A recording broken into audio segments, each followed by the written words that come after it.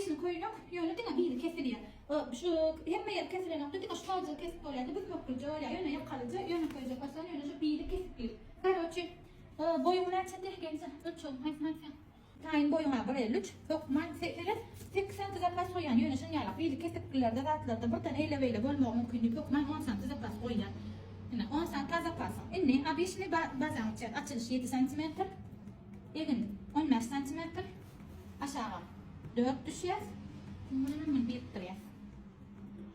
Ondan sonra. Vitiçka 30. Basan tam dikine 31. Ondan demeğim bu genlimden buraya 24. 4'e böyle 31 oluyor tane. 31. Ondan sonra 5 santim hokman zapas. Ana. Gördüm. Bir beklemi ön tarafı 45, arka tarafı 42. Mene ölçü alyan videomda biliyorsunuz. Ön bilen arkasına ayrıtın alyan.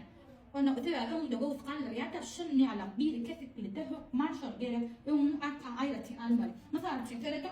Ya şu video için bakıyorum. Mesela için şöyle 44 çıkıyor. Şunu hem arkamda ölçüyor arkada bu yok boyum ne? Hokman 41 ya da 40 çıkar 4 santim oynuyor. Şu an çünkü bir kesik bildi arkadakinin sallanmalı ya. Sonra onu istemeli. Şimdi önki 45. Basan tam tıkın evine tıkınak ya bakatı. Birim binliğe buraya 12. 4 öyle yansımadan 28 öyle ayırken şu. 28 5 santim zapasım. Ana. Bundan aşağı 20 santim düşüyor. Böyle bir biyodram oluyor. Hem maksada şunu yapalım. Birden aşağı 20 santim düşüyor biyodram oluyor. Biyodram da payına 30 yarım da var 32 diyelim. 3 santim zapas. Ede biyodram yani 3 santim zapas verirken ondan kan veremem. Ana. Bundan böyle eklemini belirleme. Tekrar böyle bileme hatta var bunları çizimle belirleme. 45 cm eklemem. Bundan bir kere. Ana. Şimdi şunu yapayım bilin doğru mu? Enne. Bitti çıkarmaların ondan sonra düşünülecek. 13 cm. Yukarı 3 cm. Aşağı 3 cm. Bitti çıkan aralığı 20. Yarısı 10 var ya. Belum bitti çıkan ortası yarısı 10 var ya. Bundan aşağı 14 düşüyor. Bunun aralığı 10 var ya. Şeydik şöyle biriktir ya. Bir yarım santim. Anladın? Bir yarım santim verin.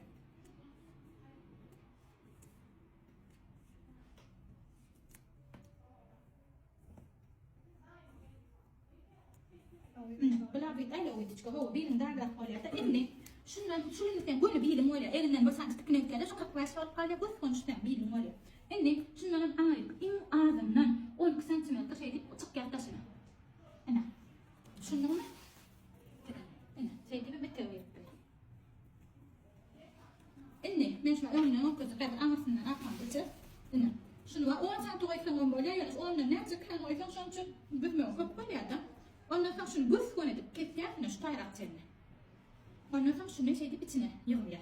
Daha tayınacak şu bir kesip koyla. Berler kesip koyla nokta şundan şeyler kesilir. Yaman olacak aslan var ya şu. Düşündün mü?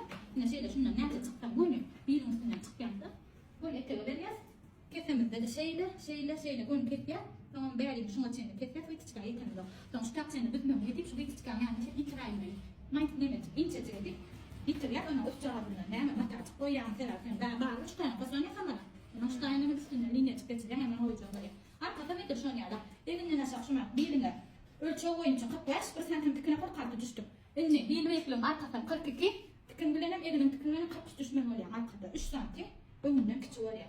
Ola 3 santim bu önünde kalır ya tabii yani. Şunu yala arkana ne de şunu yala bir sayma. Ölçü.